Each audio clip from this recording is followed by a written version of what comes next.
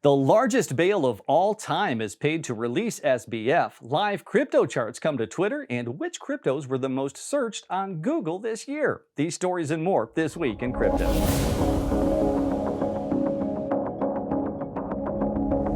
Hi, I'm Nate Martin from 99bitcoins.com, and here's what's happened this week in crypto. FTX founder Sam Bankman-Fried has been released on a $250 million bail, the largest pretrial bond in history.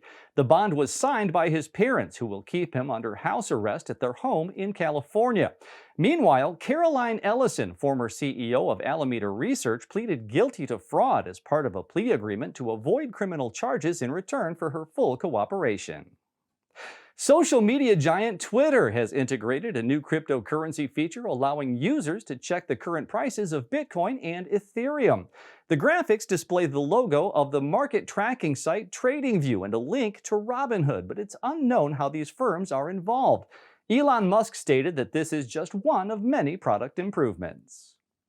Voyager Digital announced that Binance.US has won a second bidding process to acquire the company's assets after FTX's bankruptcy filing.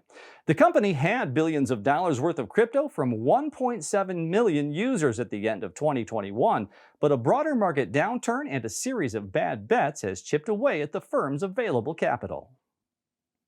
Troubled cryptocurrency lender BlockFi has filed a motion with the U.S. Bankruptcy Court to allow its customers to withdraw some of their cryptocurrency. More specifically, the motion is related to funds kept in the users' BlockFi wallets that were locked due to the firm's problems. The company described the move as an important step toward returning assets to its clients. The U.S. Securities and Exchange Commission is increasing its scrutiny of audits of cryptocurrency companies. This comes in an effort to warn investors against placing too much confidence in audits such as proof of reserves reports.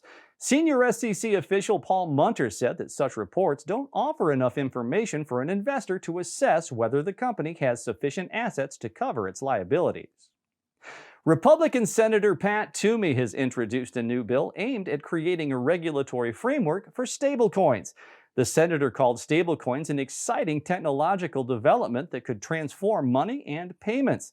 Toomey added that by digitizing the U.S. dollar and making it a global, instant, and nearly cost-free payment solution, stablecoins could be widely used across the economy. Brazilian President Jair Bolsonaro approved a crypto regulation bill recently passed by the country's Senate. The new law establishes a criminal code for fraud involving virtual assets. It also creates a virtual service provider license, which is to be requested by digital asset companies, including exchanges and trading entities. Core Scientific, one of the U.S.'s largest publicly traded crypto mining companies, has filed for bankruptcy. Nevertheless, the company still generates positive cash flow and plans to continue mining while repaying debt holders. Core Scientific stock is down 98% this year amid dropping crypto prices and rising energy costs. As expected, Bitcoin has emerged as the most Googled cryptocurrency in 2022, attracting over 28 million monthly searches worldwide.